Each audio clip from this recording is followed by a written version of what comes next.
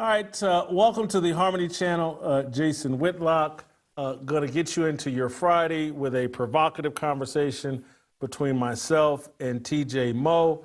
Let me frame it up for you. Megyn Kelly and Charlie Kirk, you guys know both of them. They have been staunch defenders of Israel, allies to the Jews in the political space, and now they're starting to express frustration because they're being called anti-Semitic for suggesting, questioning, like, hey, have we done enough here as it relates to Gaza, as it relates to October 7th? They've raised some well-intentioned, non-mean-spirited, non-anti-Semitic questions about, like, have we gone too far? Has Israel gone too far with its response to October 7th? These are questions that are legitimate and get asked of any and every country that's involved in warlike conflict. And so Megyn Kelly invited Charlie Kirk on her show to discuss the blowback they're starting to receive. I'm not surprised by the blowback as someone, and I'm sorry for personalizing this, but as someone who has had his Wikipedia and reputation smeared by the ADL and people that want to frame me as anti-Semitic. And again, if anybody watches this show, they understand how limited my knowledge of foreign affairs are, how limited my even understanding of the Jewish faith is. You've heard me say on this show that it wasn't until the last 5-6 years that it sounds crazy what I'm about to say, but it's true. I thought Jewish people were some super elevated form of Christianity. And I know that, Whitlock, you're not that retarded. You weren't that retarded. Yes, I was. That's how little thought. And I'm someone, I went to the Million Man March, and I've told you on this show that, I used to, in college, I used to listen to Louis Farrakhan tapes. I used to read The Final Call. And I'm telling you sincerely, when he would talk about the Jews, I didn't know what he was talking about. I didn't care. All I cared about was that he was saying black people need to be responsible for cleaning themselves up. That's what attracted me. And I'm just oblivious to everything else. Like, who, the Jews, what are, you don't like their form of Christianity? That's what I thought. But here in recent years, as I have, raised questions and like dual citizens, you can be dual citizens and hold high political office in America. You're talking to someone that never voted until 2024, did everything in my power to avoid a political identity. Everything in my power. And then, January 6th and what happened to those guys and Trump putting people on the Supreme Court that overturned Roe v. Wade, it just provoked me and put me in, like, I gotta vote. This guy's gonna release the people from January 6th. And so I'm not claiming like that I knew nothing about politics, but very little. And so when I've looked and seen people cast me as anti-Semitic for asking legitimate common sense questions, and when I've had to pay attention to politics and I see people like Thomas Massey and Marjorie Taylor Greene start saying, AIPAC, man, they give a lot of money and everybody's control. And so I've had the scales have come off my eyes and I have legitimate questions. It's like, can we really be America first if we allow, whether it's from Somalia or where Israel, wherever, can we allow dual citizens and be America first? These are legitimate questions, but I've come to learn, like with the ADL and certain Zionists, they cannot be questioned without your reputation being harmed. And it's been frustrating and disappointing for me. And now Megyn Kelly and Charlie Kirk are experiencing the same frustration that I've been living with for 4 or 5 years. So let me play some clips here from Megyn and Charlie talking about this.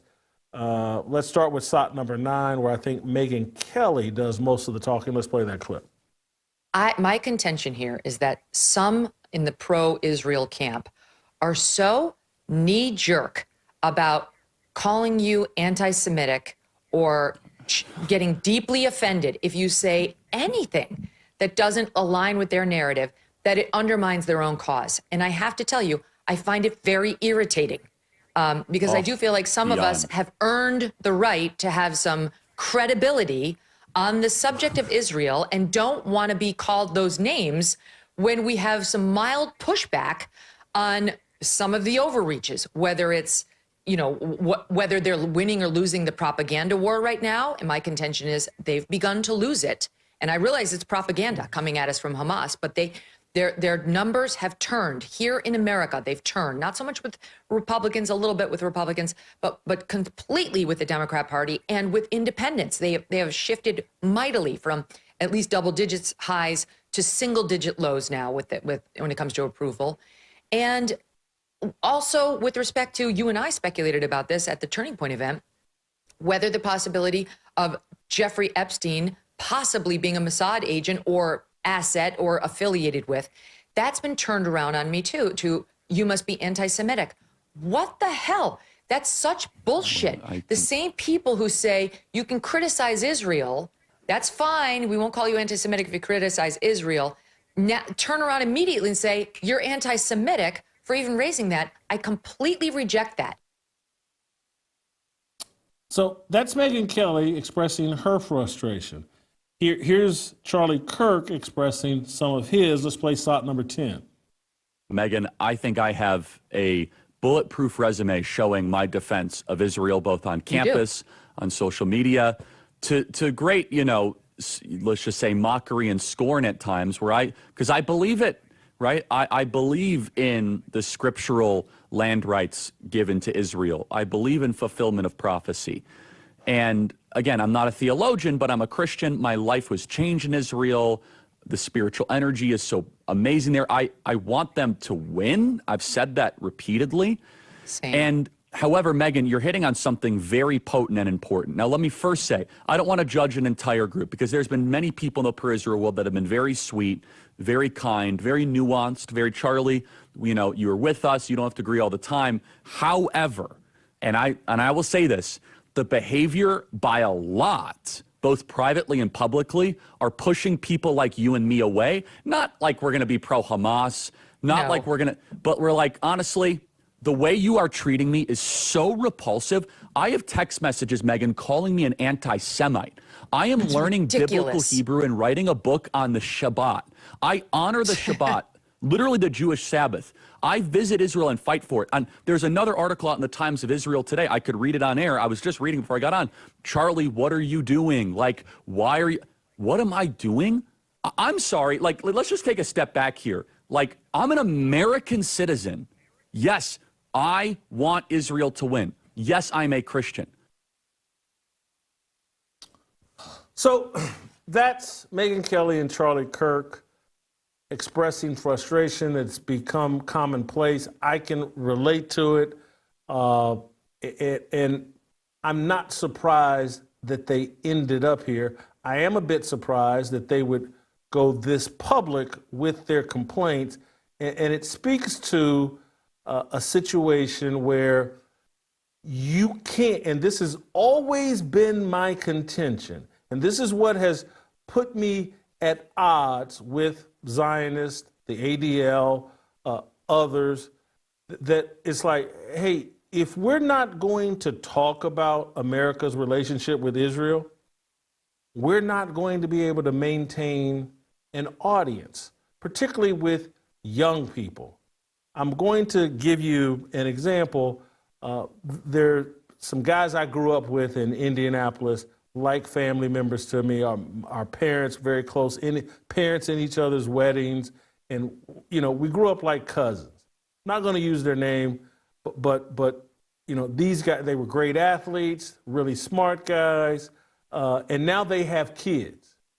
And one of their kids called me yesterday and asked me, among other questions, hey man, who's Nick Fuentes? What do you think about Nick Fuentes? I was like, wow. This kid, we'll call him Bill, is calling me asking about Nick Fuentes. I know this kid. I know his family. This kid is 21, 22 years old. He goes to a major university. He's not outside of black culture, all of his friends, family, blah, blah, blah. But he has now, something has sparked an interest in him in Nick Fuentes. And my argument and contention has been like, hey, if we don't discuss this issue, America first, foreign influence, America's relationship with Israel, we're going to all lose audience to Nick Fuentes.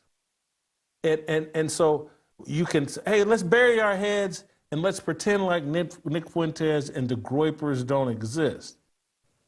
That's a mistake.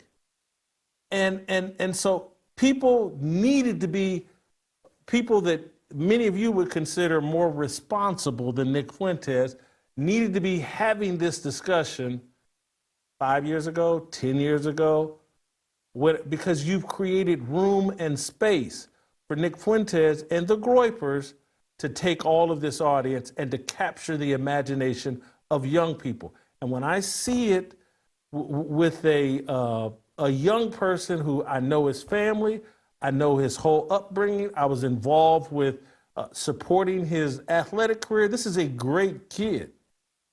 And I'm like, and he's now calling, asking me about Nick Fuentes? We've done something wrong here. And this isn't me, and this is where I'm going to really upset some people. This isn't me taking a major dump on Nick Fuentes.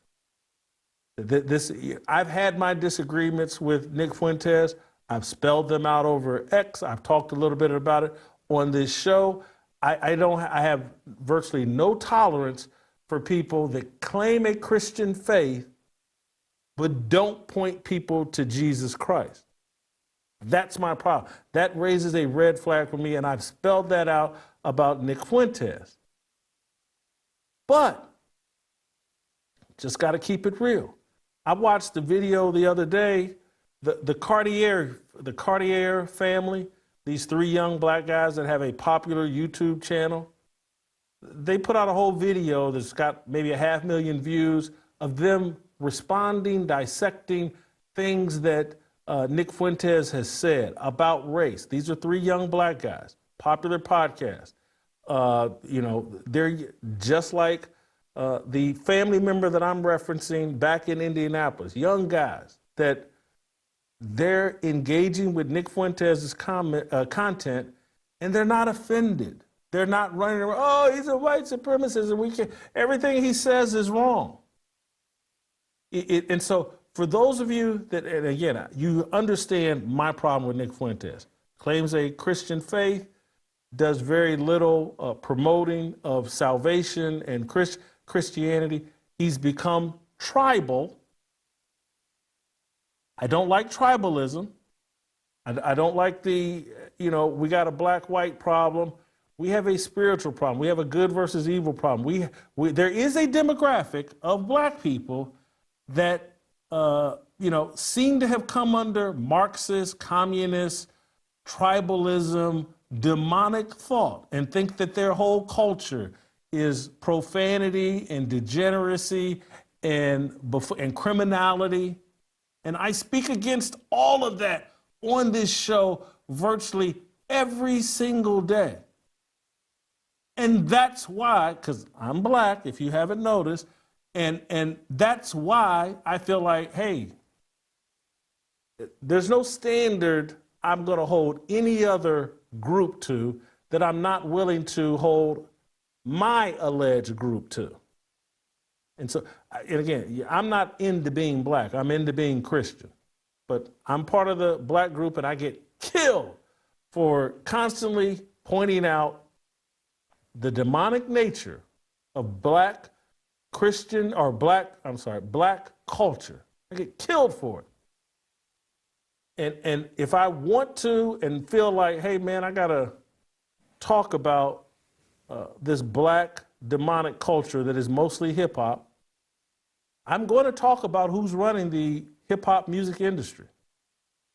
No different than if I hold Ice Cube or Jay-Z and say, look at these guys, these sellouts. I got to hold Liar Cohen. I got to hold Jimmy Iovine. I got to hold who's ever at the top of the industry and in charge of these major record labels. I got to hold them accountable. And I don't want to be called anti-Semitic for doing it, because I'm not. But my overall point as it relates to Nick Fuentes, he's winning. It's undeniable. He's winning. And he just, last week before, he went after Tucker Carlson, who anybody that knows me knows I really like Tucker Carlson. And Tucker Carlson and Candace Owens had a conversation about Nick Fuentes, and he responded in a pretty clever way. And none of this changes my affinity for Tucker Carlson or Candace Owens. But this young dude is a force to be reckoned with. And he's a force because we don't want to talk about the things that may cost us money.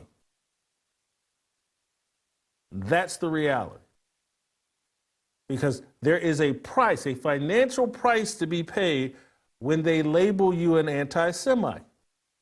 And so we go out of our way to avoid paying that price. And then we run around, oh Jason, you like Candace Owens, or you won't disavow Candace Owens. And oh, you need to disavow Tucker Carlson. Not going to do it. I'm not going to do it. I like Tucker Carlson a lot. I think he's honest in his journey. I think Candace Owens is well-intentioned. And do I think she's right about everything? No, I'm not right about everything. Tucker Carlson, not right about everything. But, and I'll try to land the plane here and bring TJ into the conversation, but it's the tribalism that Nick Fuentes promotes. And someone, I think it was Tucker, made the point like, hey man, he's criticizing a group of people and then mimicking their tribalistic behavior. So what he's saying is Nick Fuentes criticizes black people for their tribalism, criticizes Jewish people for their tribalism, and then he promotes tribalism. Black pride is terrible, but we should have white pride. That's my criticism of Nick Fuentes. Anybody that listens to this show knows, like, me, Shamika, and I'm not gonna drag other people into it, but it's like, we're sitting there like, hey man, black folks are out of control. I don't wanna be around this tribalistic, demonic, violent, emotional behavior. And so when Nick Fuentes says he doesn't want to be around it, I got to just deal with that and accept it and say, I get it. It's the behavior. It's not remotely the skin color. I've had too much experience with white people responding to my behavior. I get a different response based off of my behavior. I have very little experience with white people responding to my skin color. My behavior determines how people respond to me. And so if you defend people that are misbehaving because of their skin color, don't be shocked that other people will point out like, man, these black people, they seem to love this emotional, over-the-top, 6 of us get to jump on this white Russian guy because he pushed another black guy, and then we got to go talk, town halls and you've covered up 400 years of oppression. And let me see if I can land the plane and get TJ.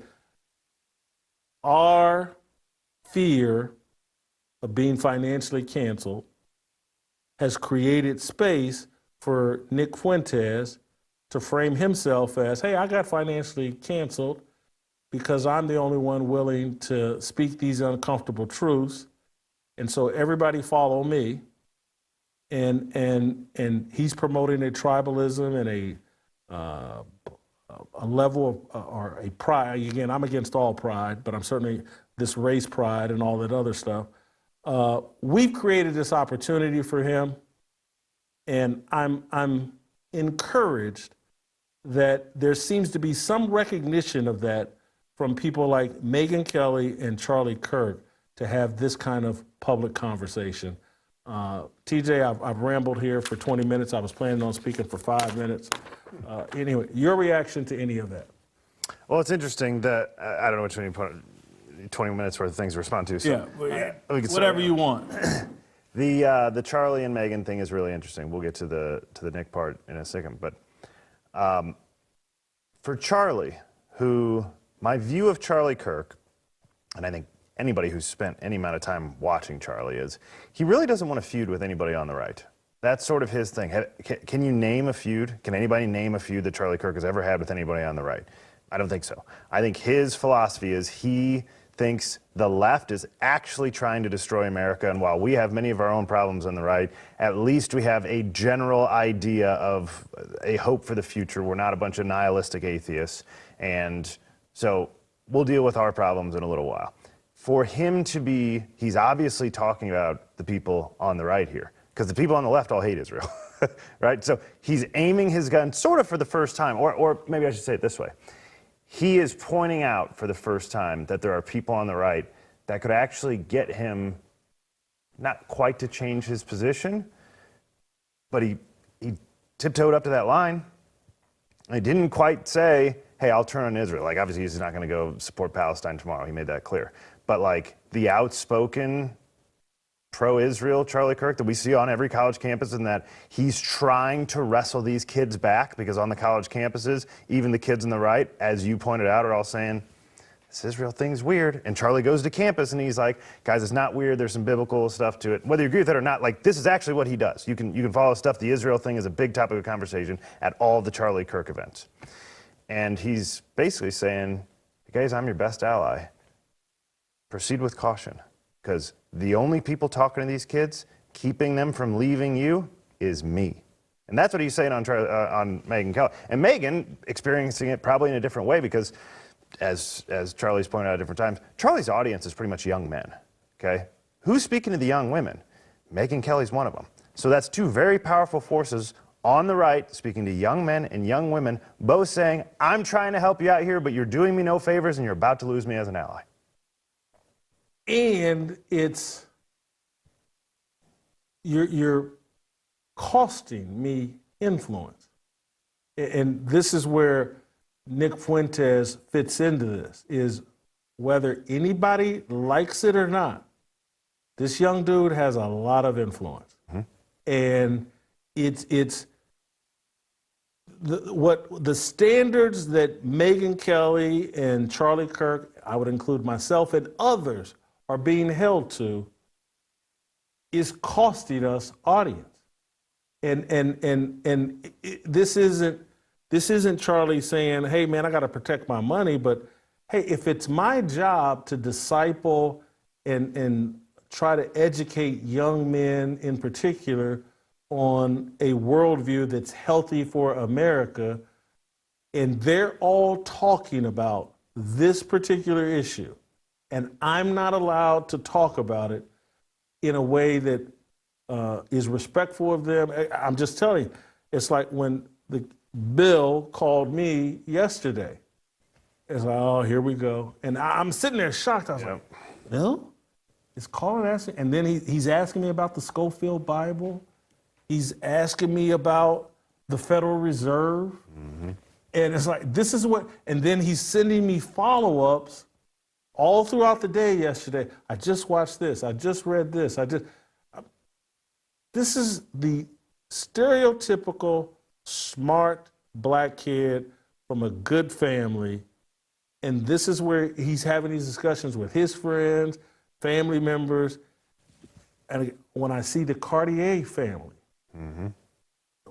replaying Nick Fuentes clips and being fair to Nick and not pretending like, oh my God, I can't believe this guy said he didn't want to be around black people, because they're being transparent and saying like, man, the way this culture is and the way that every time we get some money, we move out of black neighborhoods, I'm not sure if I think that much differently as it relates to that as Nick Fuentes. I'm going to give you a weird analogy here, and one that isn't apples to apples because you'll see where I'm going with this.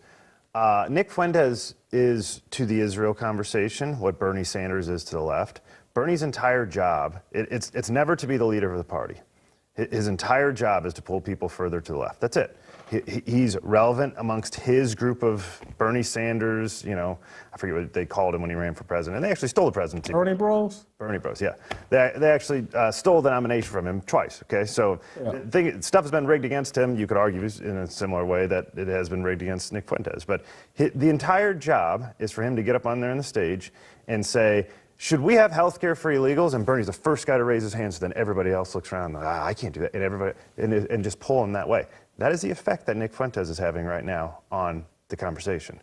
His one job, he's never going to be the most popular. The guy will never be able to have a Tucker Carlson platform, ever. It doesn't matter what he does. It won't happen. They won't let him. Same way they'll never let Bernie be president. The people who control things won't. But there are other people. Tucker's probably not one of them because he's already going down this route. Candace's certainly going down this route. He's going to continue to pull people this direction and open up room for the conversation. Here's why I would slightly disagree or question. Bernie Sanders is in his 70s or maybe 80s. Nick Fuentes is 26. And Nick Fuentes' bet is that, no, I'm going to have a bigger platform than Tucker Carlson because the system won't let anybody compete against me. And so he's looking at his audience and importance elevate, and he thinks that's a rocket ship that's headed to the moon because no one else has the freedom to be, I certainly feel like I have the freedom, or I'm going to take the freedom. And that's part of what we're doing here on this show, and everything I'm doing with Fearless and doing with Harmony is like, no, I'm going to speak to these young people. And actually, it's a good thing that Bill called me, because clearly I've sent off enough bat signals that he feels like, hey, I can get an honest opinion from Whitlock. Let me call him. And so that, but Nick, particularly as he talks about race, Tucker's not free to talk about race the way Nick Fuentes is. He will say it subliminally, subtly, but he's not as free to say like, these black people, man, they've jumped off board with Christianity and they seem to be a part of some demonic communist cult. And as long as they're going to do that, we have to distance ourselves from them. Nick's saying it more brutally and crudely than that, but I gotta be out. That's what I'm saying. I'm saying like, hey man, if you wanna stay in this racial idolatry cult, which is demonic, and you wanna claim rap music and the degeneracy of rap music as black culture, and if you wanna defend Carmelo Anthony and the guys in Cincinnati, I don't want a damn thing to do with you. I don't want you in my neighborhood. I don't want to talk to you. I'm not going to pay you any respect. It's un-Christian what you're doing. And I just want to be around Christians. And I just want to go to their restaurants. I want to be served by Christians. I want to serve other Christians. And these people that think they're Christians while holding on to all this racial tribalism and defending any and everything. These rappers can put out music promoting any and, well, what about Brett Favre? What about gangster movies? What about Ozzy Osbourne? What about it? You know, all this excuse making and rationalizing, miss me with all of it. You know, you know. That's not what Nick's saying, though. Nick would agree with what you said, Yeah. but remember the dust up you had with him when you tried to argue that it was culture, and what you just described is 100% culture. Yeah, no, He says it's not culture. It's because they're black. I got it. And That's what I'm that's my criticism of it. And that's why I say Bernie Sanders has been in politics since the 1970s or 80s. Bernie Sanders didn't have a slow runway. He has a belief system that can't get big.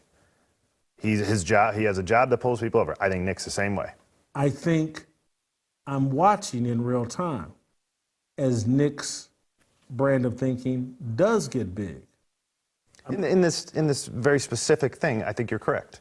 But his general worldview, I think, cannot get big. When you have a worldview of whites against the world, and that is his worldview, you got a real problem. It's not Christianity against the world, because that then opens the door for anybody that just wants to change their value system. Got it. What I'm saying is he's got a worldly worldview, and that is what gets big. I'm looking, rappers, many of them, they've promoted the exact same thing. White people are the devil, white people are the whole system, and it's gotten big and mammoth in the world. The Christian worldview, it will never dominate the worldly culture. We're not going to get that until the afterlife, until eternity. Dominated America at our founding for a long time. I mean, there was a time where it did dominate America. We had official religions of the state. It was like the First Amendment saying there was no official religion didn't apply to the states. The states had official religions. They were all Christian. Here's and all of that was before feminism.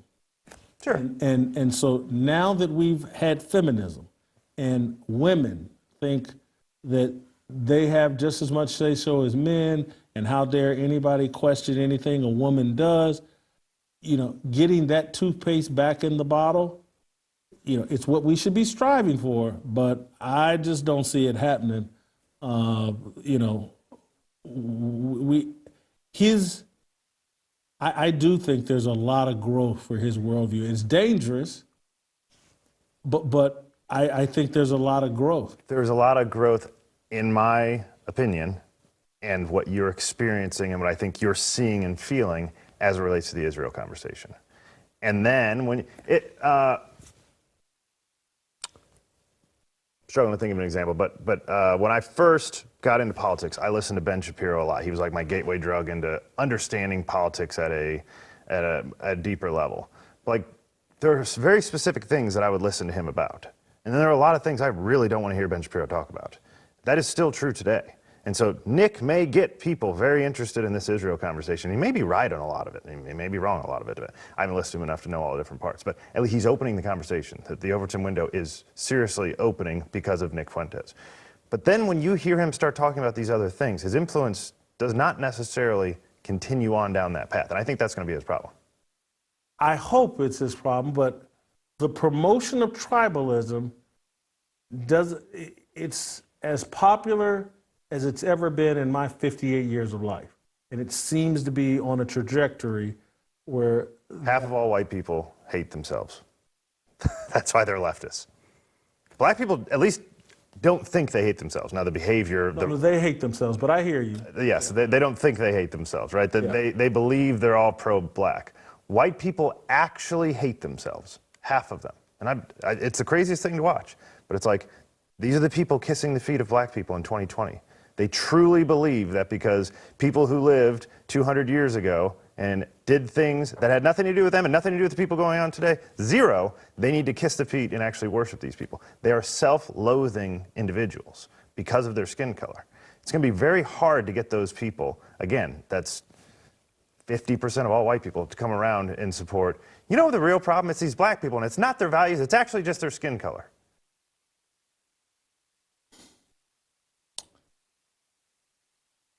I agree with you in terms of it won't be the majority, but you don't have to be the majority.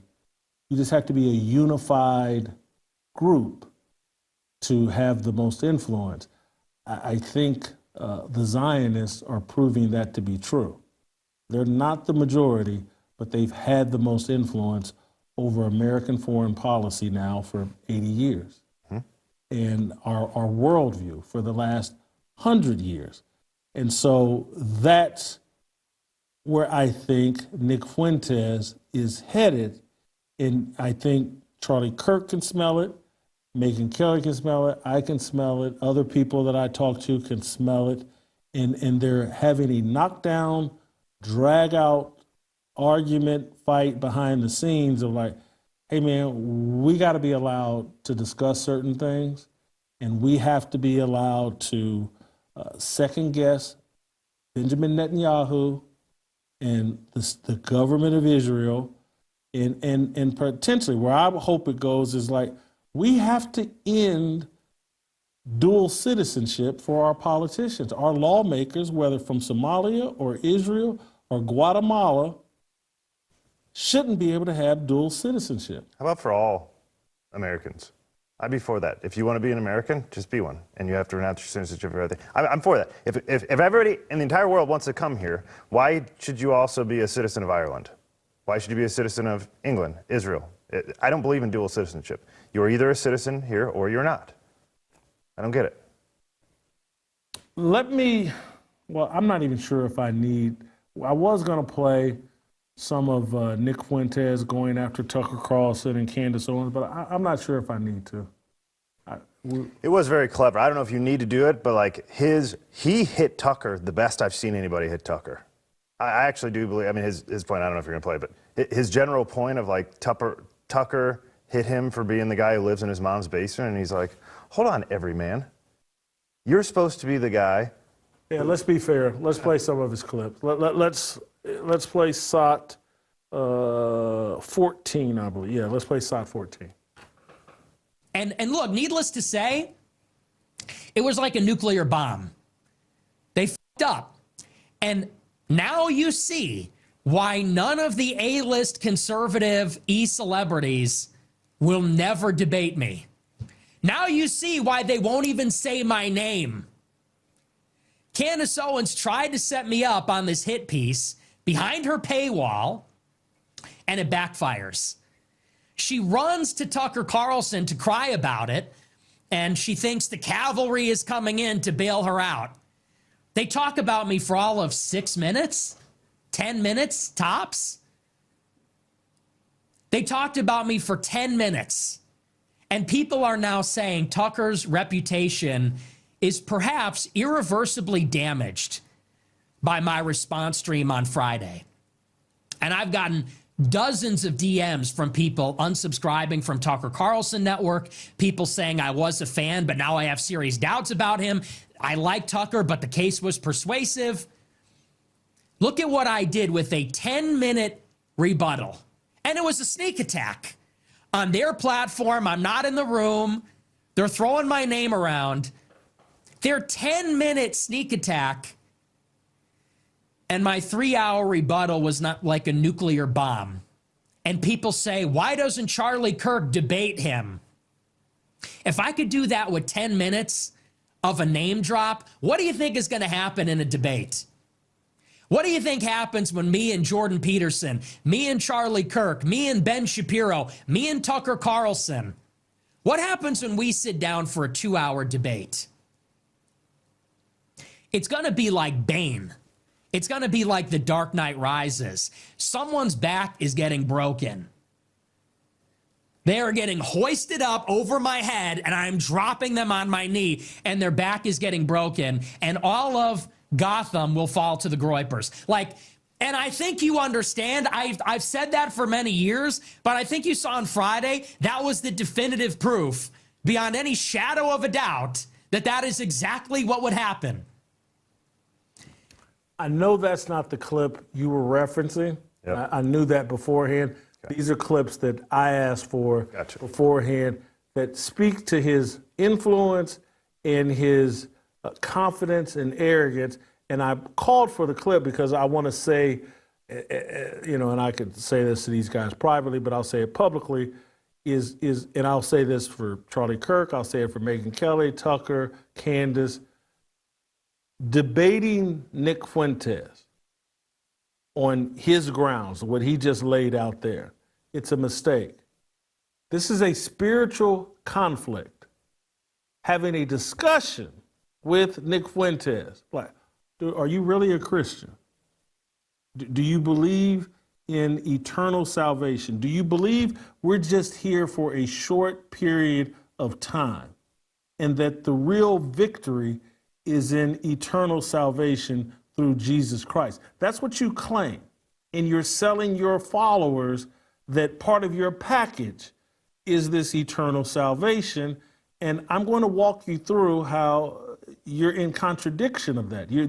This is a very secular thing you're leading. Now, you have the opportunity to repent and move a different direction, or just come out of the closet and say, hey, man, you're as hedonistic and as uninterested in spiritual salvation as all the secular people, all the people that you criticize. You're just a soft core version of these black people that you demonize and call out for adopting a culture that's demonic. You're just the clever version of that. You're not interested in eternal salvation. You're not serving the Most High God. And then you tack on it. And so the Jews that you're criticizing, this tactic, no, they reject Jesus Christ as their personal Lord and Savior. Your behavior, and again, that's the convert, because this is all spiritual warfare and spiritual conflict. And so you got to take the conversation to the root. If you're just going to debate Nick Fuentes on these political deals and all of that, he's going to win. Because now you're operating in his world where he seems to be most comfortable.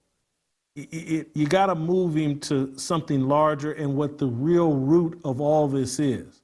It's a rejection of Jesus Christ. That's why we have so much chaos in America and globally. And that's why American culture has changed so dramatically. And there's a lot of people that call themselves conservative and they don't understand this. And that's where Tucker is dangerous, because he has come to that understanding and started explaining that to his audience. And he made a tactical error, in my opinion, coming at Nick the way he and Candace did. It opened a door for Nick that Nick is justifiably running through and coming after these guys. I'm going to play one more Nick Fuentes clip, and then I'm going to let us enjoy our weekends. Let's play shot number 15. He did his little drive-by sneak attack for 10 minutes, and that is what was unleashed. I put together in 4 hours that show. What happens in a main event debate that is promoted between me and any of them? One, I'm smarter, I'm sharper, I'm faster, I'm right. I'm right. I have their number. I know who they are. I know what they're about. I know more than them. And I am the people. The people that they have been getting all fired up, all the middle American radicals, the young white men, the illiberal sentiment, nativist sentiment, that they have been fanning those flames and breathing oxygen into that for the past 10 years. I am them. I am the fire. I am the cleansing fire of this generation that you have fed far too much. And they know that if that debate ever happened, nothing would be left of them. Nothing would be left of any of it. The whole thing would be destroyed, basically, from the moment I walk through the door. So that's why they won't do it. And now you know that for a fact. But I won't stop challenging them for a debate. I think that one of two things will happen. If you look at the trajectory of this show and this movement, one of two things is going to happen. Understand, just for people that are just joining us in recent months or in the past year, I did not even have a Twitter account until May of 2024. I wasn't active on Rumble until the beginning of last year. And think about how ubiquitous I have become in just that short amount of time. There's an arrogance to Nick Fuentes that's not of the fruit. And this again, why I keep saying, like, this guy is leading young people away from God. And I haven't reached a conclusion, like, is this intentional? Does he know what he's doing? Or is this just a young person that was mistreated and has had an immature reaction and an opportunistic reaction and now has his ego engaged to where he's made himself a savior, where he's so infatuated with his own intelligence and own cleverness that, hey, I'm the man and no one can take me on and we're going to have this much popularity and influence and blah, blah. And again, if you go to the Bible, which Nick claims he has a reference for, when you're standing on Jesus Christ, when you're truly promoting the actual faith of Christianity, there's no popularity in the world for that. There's just none. They will hate you because they hated him first. And so this is where, and I don't know where Nick Fuentes is coming from.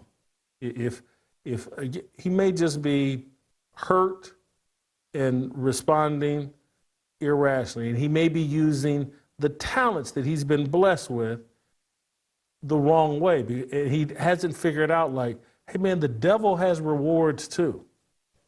And maybe you got to live as long as me to understand that. When I was at the top of the sports media profession, what was I promoting? Sexual immorality? Calling myself big sexy? Running out to Las Vegas? Hanging out in strip clubs? That's when I was acceptable to the world. When I was a big shining example of, like, look how fun it is over here serving the devil. Nick, and perhaps through hurt feelings, through rejection, I don't know, isn't aware of what he's celebrating and what he's promoting, or maybe he's doing it intentionally. Maybe he's taking a deal like a lot of these rappers and celebrities and politicians, just wants to be popular, sees himself as the role model, as the example. And it takes a lot of maturity to understand the importance of humility, to understand that if you're not using your talents in service of pointing to Jesus Christ, you're using your talents to point to Satan. There's not, well, I'm split in the middle. I'm doing a little of both, or I'm really doing, no, you're either doing one or the other. There is a binary choice here. And so my request to Nick would be, hey, cut out the, hey, I'm a Catholic Christian, cut that out, drop all that, and just say, no, man, I'm out here for as much popularity, fame, and money as I can get. I'm taking a long route, a more difficult route than some of the others, but that's your goal. TJ, I'm out of breath. I've been talking since 10 a.m., and we got to get to the weekend. No Stairmaster for you this weekend. Huh? No Stairmaster for you this weekend. Yeah, I think I'm just going to lift weights. I got a good lifting session yesterday. Go for a walk, man. Yeah, they're definitely going to do that. Yeah. Definitely going to do that. Anyway, I hope you all enjoyed this. We'll see you next time on Harmony.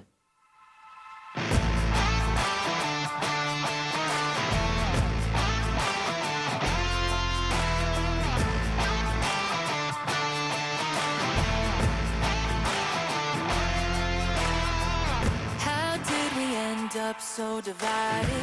Stop fighting and stand tall. We used to be a nation, one united. Now we're headed for downfall.